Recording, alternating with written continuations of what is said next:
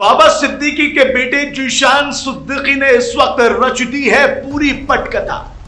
जीशान सिद्दीकी ने अपने पिता की मौत का बदला लेने के लिए सियासत के मंच को चुन लिया और अब वो कहानी लिखी जाएगी जो अभी तक नहीं लिखी गई। कहते हैं कि सियासत में न कोई दुश्मन होता है ना ही कोई दोस्त होता है, सिर्फ राजनीति में वक्त बड़ा होता है, बलवान होता है और वक्त ही है जो पुराने दुश्मनों को दोस्त और पुराने दोस्तों को दुश्मन बना देता है। वक्त महाराष्ट्र में सियासी उठापटक करने का है।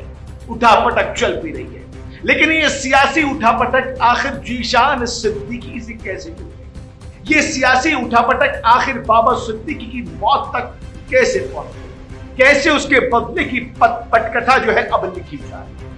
ये पूरी सियासत अब कहां जा रही है, इस देखने वाली बात। इसी उठापटक के बीच खबर आई कि बाबा सिद्दीकी के बेटे जीशान सिद्दीकी ने एनसीपी अजीत का दामन था, लेकिन ये सियासी होने के साथ साथ कुछ और भी कहानी बयां कर रहा है। और क्या है ये पूरी कहानी, पीछे के दाव की ये कहानी? क्यों जीशान ने एनसीपी का दामन थाम लिया, कांग्रेस का साथ क्यों छोड़ दिया? इसके पीछे की इनसाइड स्टोरी क्या है? इनसाइड स्टोरी मैं आपको बताऊंगा। नमस्कार, मेरा नाम अफी हिंदुस्तानी है और इनसाइड स्टोरी आप देखना शुरू कर चुके हैं। महाराष्ट्र में एक तरफ सियासी उठापटक चल रही है तो दूसरी तरफ जीशान सिद्दीकी यानी बाबा सिद्दीकी के बेटे की पटकथा चल रही है। और वो पटकथा क्या है? अपने पिता की मौत का बदला लेना, लॉरेंस बिश्नोई से बदला लेना। महाराष्ट्र विधानसभा चुनाव के पहले बाबा सिद्दीकी के बेटे जीशान सिद्दीकी अजीत पवार गुट में शामिल हो गए। सवाल उठे, कई सवाल उठे। अजीत पवार ने जीशान को शामिल करते ही बांद्रापुर से अपना उम्मीदवार भी बना दिया। यह भी खबर समझ में आई। पहली तो चोट कांग्रेस को दी गई और दूसरी दी गई शरद पवार को। इससे पहले कहानी क्या रची जा रही है यह आपको समझना होगा, लेकिन पहले आप यह समझ लीजिए कि कांग्रेस और शरद पवार को कैसे उन्होंने चोट दे दी। उसके बाद में जीशान सिद्दीकी की वो पटकथा आपको बताऊंगा। इस पूरे मामले के पीछे इनसाइड स्टोरी क्या है वो भी बताऊंगा। कैसे बाबा सिद्दीकी के कातिलों तक पहुंचने का रास्ता जीशान सिद्दीकी ने निकाल लिया है ये भी बताऊंगा। पहले जरा ये समझ लीजिए कि कांग्रेस को चोट कैसे दी है और क्यों दी है। इससे पहले जीशान सिद्दीकी एनसीपी ज्वाइन करके और जब सियासत में कदम इन्होंने रखा, यानी इस बार की सियासत में कदम रखा, तो सवाल उठने लगे आखिर क्यों बाबा सिद्दीकी के बेटे जीशान सिद्दीकी ने एकदम से एनसीपी ज्वाइन कर। इनसाइड स्टोरी क्या है सुनिएगा। उससे पहले जब ये कयास लगाए जा रहे थे कि कांग्रेस के चुनाव पे पहले, कांग्रेस के सिंबल पे पहले जीशान चुनाव लड़ चुका है, जीत चुका है, तो फिर एनसीपी का दामन क्यों था? और इस वक्त जीशान क्यों चर्चा में है, पहले इस बात को समझिए। दरअसल हाल ही में जीशान के पिता बाबा सिद्दीकी की गोली मारकर हत्या की। इस मामले में क्राइम ब्रांच ने अब तक 11 आरोपियों को गिरफ्तार कर लिया। इनमें 2 शूटर और हथियार मुहैया कराने वाले आरोपी भी शामिल हैं। बाबा सिद्दीकी भी पहले कांग्रेस में ही थे, लेकिन फरवरी के महीने में ही उन्होंने एनसीपी अजीत पवार की पार्टी का दामन थाम लिया था।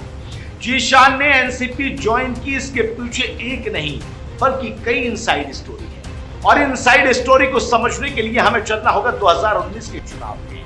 2019 के विधानसभा चुनाव में बांद्रापुर की सीट पर जीशान को 5790 वोटों के अंतर से जीत मिली। उनका मुकाबला शिवसेना के विश्वनाथ महादेश्वर से हुआ था। शिवसेना तब 2 गुटों में नहीं बनी।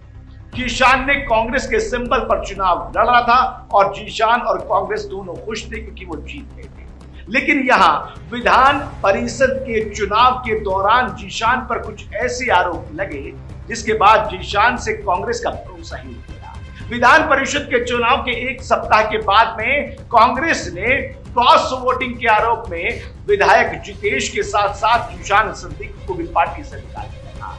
ये जीशान की सबसे बड़ी बेइज्जती मानी जा रही है। और बताया जा रहा था कि जीशान ने कांग्रेस के इस एक्शन को इस तरह से लिया कि उन्होंने कहा कि वो कभी कांग्रेस को सपोर्ट नहीं करेंगे। ये बात उन्होंने कही थी। अब एनसीपी के दामन को थामने के बाद मानो कांग्रेस से अपनी बेइज्जती का बदला लिया। जीशान ने ऐसा करके कांग्रेस की कमर तोड़ी। पहली तो इनसाइड स्टोरी थी। अब सबसे बड़ी इनसाइड स्टोरी पर आपको लेकर चलता हूं। दूसरी इनसाइड स्टोरी क्या है, जरा सुनिए। हाल ही में जीशान के पिता बाबा सिद्दीकी की हत्या हुई। हत्या के बाद कई सवालों ने जन्म लिया। हत्या की जिम्मेदारी लॉरेंस बिश्नोई ने ली, जो जेल में बैठकर सब कुछ कर रहा था। सवाल उठे कि बिना किसी मदद के कैसे ये सब कौन चला रहा है। सवाल उठे कि कैसे लॉरेंस बिश्नोई जेल में बैठकर फोन का इस्तेमाल कर रहा है, कैसे वो गैंग को चला रहा है, कैसे वो इतना बड़ा अपराधी बन गया, कैसे वो बातचीत कर रहा है, कैसे वो लोगों का कत्ल कर रहा है। ये सवाल जब उठने लगे तो फिर सवालों के जवाब। अब आ जाते हैं इनसाइड स्टोरी।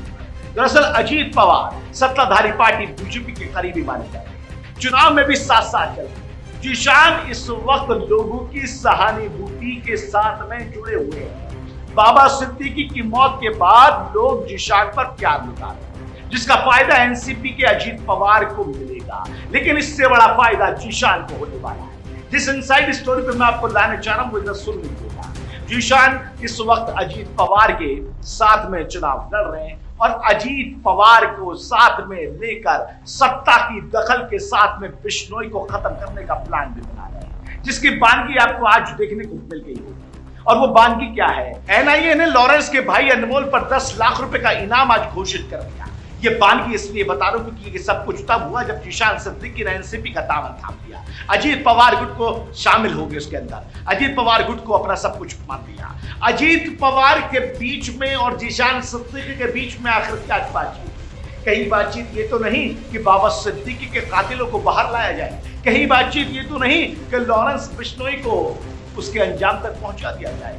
कहीं बातचीत ये तो नहीं हुई कि मैं आपकी पार्टी में शामिल होता हूं, आप मुझे टिकट दीजिए, मैं जीतूंगा, मेरे साथ सहानुभूति जुड़ी हुई है, लेकिन आपको मेरे बाबा के कातिलों को निपटाना होगा। आपको बीजेपी जो केंद्र में बैठी हुई है उस केंद्र की सरकार के साथ में मिलकर ऐसा करना होगा। आप लॉरेंस बिश्नोई को खत्म कीजिए, मैं पार्टी को ऊपर लेके जाऊंगा। इनसाइड स्टोरी बता रहा हूं। आज एक्शन भी हुआ, शक तो जाएगा। सूत्रों के हवाले से तो खबरें यही आ रही है और साफ तौर पर यह भी बात है, मैं आपको बताऊं कि जिस तरह से आज इनाम घोषित किया गया लॉरेंस बिश्नोई के भाई पर, यह बानगी है, ये सबूत भी है और ये एक तरह इशारा भी है कि अब लॉरेंस बिश्नोई के पीछे केंद्र और राज्य दोनों सरकारें पड़ी हुई है। जीशान सिद्दीकी ने एनसीपी का दामन थामकर, अजीत पवार गुट का दामन थामकर अपने पिता की मौत का बदला लेने की पूरी कपट कथा इस वक्त रच दी है और कांग्रेस को चोट दे दी है।